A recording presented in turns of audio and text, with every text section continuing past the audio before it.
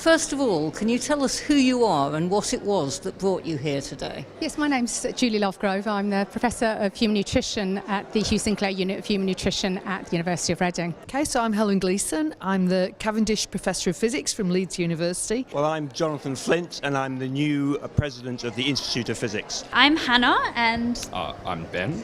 Yeah, and we're Professor Justin Marshall's children. Suzanne Filteau from the London School of Hygiene and Tropical Medicine. And I really came here to learn a little bit more about the Rank Prize and to establish some cross-disciplinary links which will help the strategy of the Institute of Physics.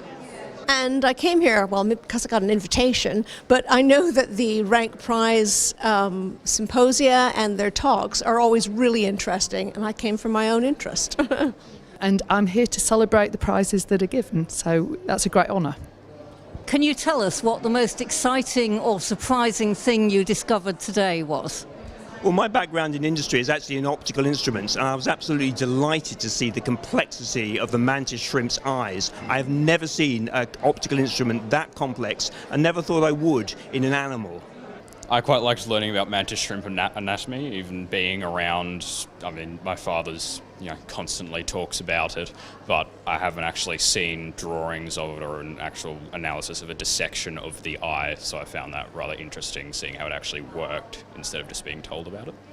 Yeah, and within the field of the nutrition speech, I thought it was, I'd never really heard it being linked to sort of genealogy, so I think that's really interesting as well. So I have to choose the fact that obesity has that very strong genetic link, and that actually if a specific hormone is turned off, then we have no control over our hunger. And I didn't know that. I'm a physicist. That was amazing.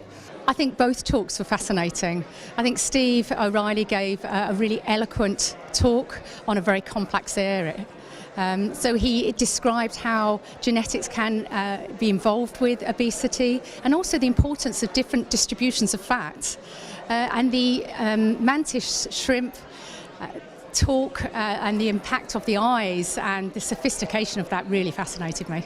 I was really excited to learn about something I knew nothing about, the shrimp and their vision. I knew nothing about either of those, and it was very interesting and very pretty. The Rank Prize Fund has always celebrated excellent science, and we try to encourage the next generation of scientists to be imaginative and exciting. So what do you think we should do that will best encourage the next generation of scientists? I think that's such a good question, and I think there's a large number of important answers. I think that the vacation studentships are really important because they give people who are still doing their degrees the chance to really experience research. I think highlighting really innovative and interesting research that's then gone on and done things is really important. I think if there was a way of targeting better kids still at school and doing outreach activities, that would that's also very important. That's much harder though. Well, I think what we see in the Institute of Physics is much of the interesting work is happening at the boundaries of traditional disciplines. Things like biochemistry, physical sciences and things like that. And those boundaries are what attract our young people. Things like climate change are cross-disciplinary and require many different skills. That's what excites our young people, and that's what will get them into science careers. I think what you do is fantastic. I've had the privilege of being involved with 4 of your mini symposiums where students and senior members of staff come together and all present on a certain subject. And I think those are a great opportunity for young and older scientists to get together and exchange ideas. The studentships are also very good, and it may be that the Rank Prize organisation could perhaps offer greater funds for perhaps more seminal research or a longer study. I don't know if resources would allow that, but it's an idea perhaps for the future. I like what you're already doing in terms of mini symposia. I have attended several, 2 as a junior member and 2 as a senior scientist on these. As a junior scientist, I was completely thrilled to be able to spend time with experts over a period of several days, which you don't normally get that kind of quality time with experts that you don't know. And as a senior person, I was really pleased to see that there are juniors coming along in the pipeline who are as excited about the same things as I am, and are going to take it forward after I retire. And finally, in 2 years' time, when we do the next prize giving, it's our 50th anniversary. What do you think we could do to make it a real celebration of excellent science?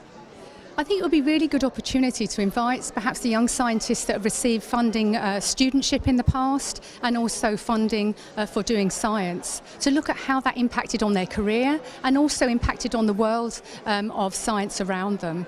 And this really does celebrate the importance of the work that you do at the Rank Prize organisation in forwarding science. I wonder about having more speakers. I like the idea of having 2 very senior speakers who have done wonderful things. But what about getting someone mid-career where they might be going in the future as well, and a couple of mid-career speakers from each side to go along with this and make it a bigger celebration?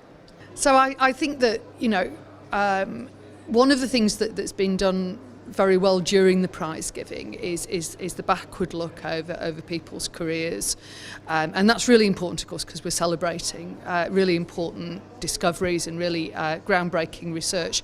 So I think that an element of looking back and actually seeing all of those places where a difference has been made is an obvious thing to do. But I think it would be fun to kind of have a bit of a forward look as well. What will the next 50 years bring? What are the things that are just at the cutting edge that really could change society all over again, as many of the optoelectronics things did 50 years ago? Well, I can answer that with some informed view. This year is the 100th anniversary of the Institute of Physics, and we're actually undergoing our 100th year anniversary celebrations this year.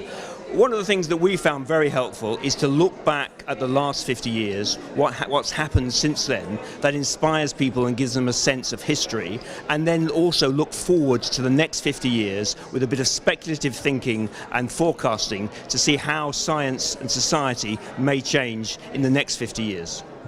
Thank you, and thank you very much for being with us today. Thank you.